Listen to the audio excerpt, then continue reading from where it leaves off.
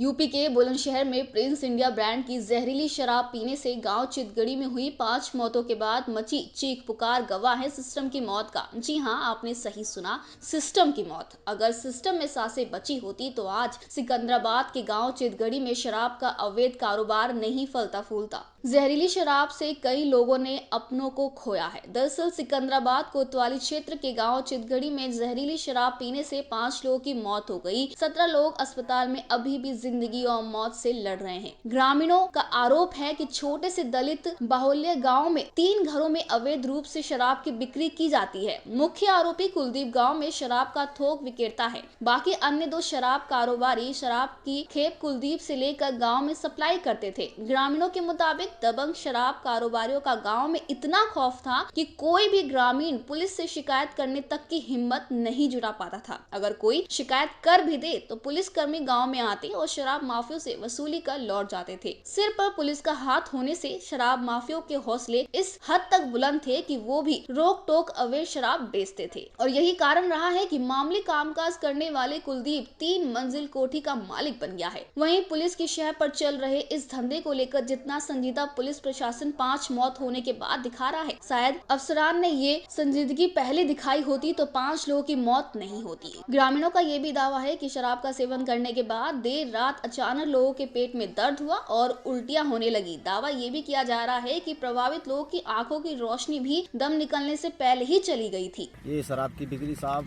कई सालों से चल रही है। पुलिस कंप्लेंट करती है, पुलिस सुनती नहीं है। पुलिस को पैसा दिए जाते हैं, पुलिस चुप हो जाती है। ये दारू फिर भी बिकती है, लोग बाग खरीदते। आज हमारे गांव में 5 जने मर गए दारू के कारण।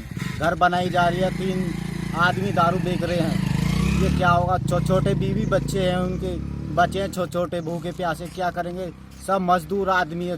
5 लोगों की दारू से आदमी मर गए हो। 5 लोग कौन कौन है जो शराब बेचते हैं? शराब बेचते हैं यादराम, एक बॉलर और एक कुलदीप। एक कुलदीप है, एक यादराम। कुलदीप के गैल एक और है मुकेश, उसका स्टाफ।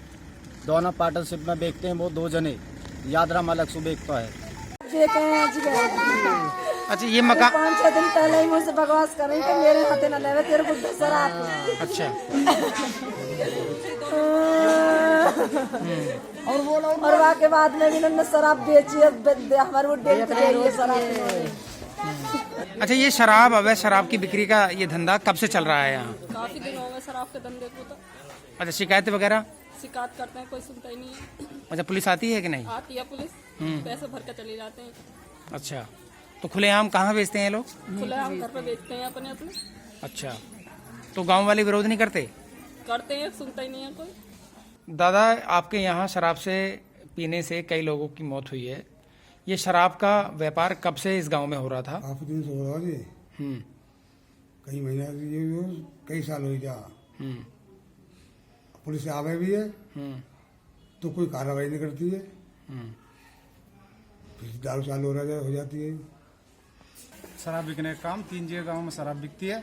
मुकेश और कुलदीप, यादराम। पुलिस आती है? पुलिस आती है, कुछ नहीं कर पाती पुलिस। अच्छा, शिकायत आप लोगों ने कई बार पहले की? बार कर चुके हैं जी। पैसे लेके चले जाते हैं। हाँ, पैसे लेके चले जाते हैं।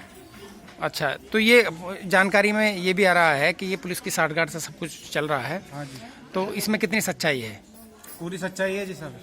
देखिए, इस प्रकरण में जो कुलदीप नाम का आरोपी है, जिसके द्वारा शराब दिए जाने की बात प्रकाश में आई है, उसकी गिरफ्तारी का प्रयास किया जा रहा है। उससे जुड़े हुए कई लोगों को पुलिस हिरासत में लेकर पूछताछ की जा रही है। और प्रथम दृष्टया चूंकि यहाँ आने के बाद ये जानकारी में आया है कि लोगों में ये बात थी कि यहाँ शराब पहले से बिक रही थी। इस बात की जानकारी थाना प्रभारी, चौकी प्रभारी और हल्के के सिपाहियों को होनी चाहिए थी। उनके द्वारा कार्रवाई की जानी चाहिए थी। इस वजह से इन तीनों को निलंबित कर दिया गया है। थाना प्रभारी सिकंदराबाद, चौकी प्रभारी अनोखेपुरी, साथ ही 2 आरक्षी जो स्पीड के हल्के के सिपाही हैं, उनको निलंबित कर दिया गया है। और जो अपराधी है जिसके द्वारा शराब उपलब्ध कराई गई है, मिस इंडिया मार्क का शराब है। यद्यपि किसी मार्के की शराब ठेकों पर भी बिकती है, तो इसकी जांच कराई जा रही है कि शराब कहाँ से आई थी। और जो भी लोग इसमें दोषी होंगे उनके विरुद्ध कड़ी कार्रवाई और NSA तक की कार्रवाई हम लोग सुनिश्चित करेंगे।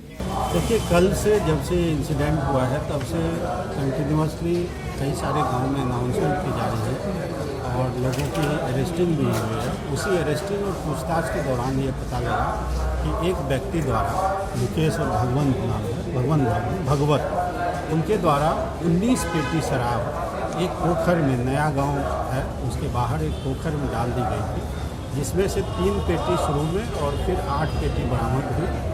अभी भी 11 पेटी बाकी है। एक पेटी में 45 पौधे रहते हैं, मतलब 360 पौधे। तो इसी को निकालने के लिए, इसको खोजने के लिए रात में भी पुलिस प्रशासन की टीम, एसएसपी साहब भी गए थे। गांव में जाकर लोगों से बात की गई है। एसडीएमसीओ द्वारा देर रात 3 बजे रात तक खोजबीन की गई है। आज सुबह से ही मैं और एसएसपी साहब नया गाँव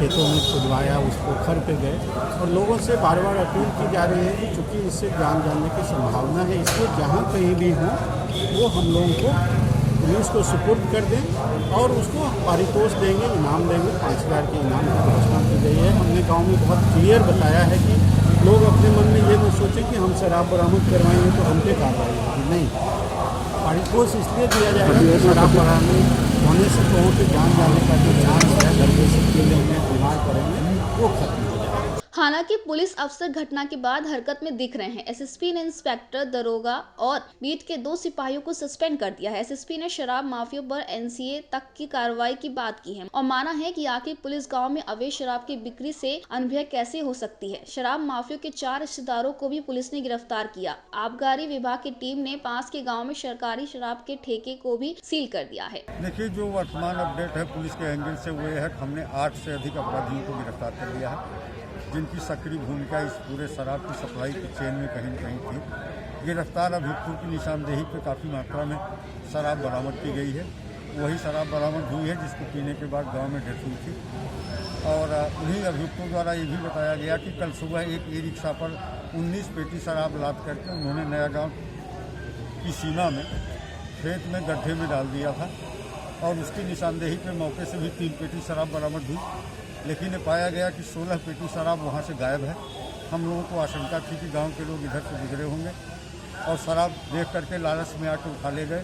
फिर रात भर नया गांव तथा आसपास के 4-5 गाँव में पुलिस की टीम लगा के मुनादी कराते हुए लोगों को जगा करके, मैं भी रात में काफ़ी देर रात तक वहाँ गाँव में रहा, लोगों को मोटिवेट किया गया। उसका परिणाम ये रहा कि सुबह 8 पेटी शराब नया गाँव के जो आबादी वाला इलाका है उससे करीब 200 मीटर की दूरी पर एक गेहूं के खेत में पड़ी हुई मिल गई।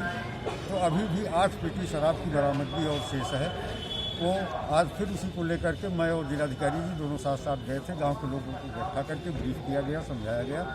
साथ ही 100 पुलिस कर्मचारियों की टीम 5 एसओज के नेतृत्व में अलग अलग खेतों में उस शराब की तलाश में लगाई गई है और कुछ घरों की सर्च भी कराई जा रही है, जिनके खेत वहाँ थे, जो वहाँ जा सकते थे जहाँ शराब फेंकी गई।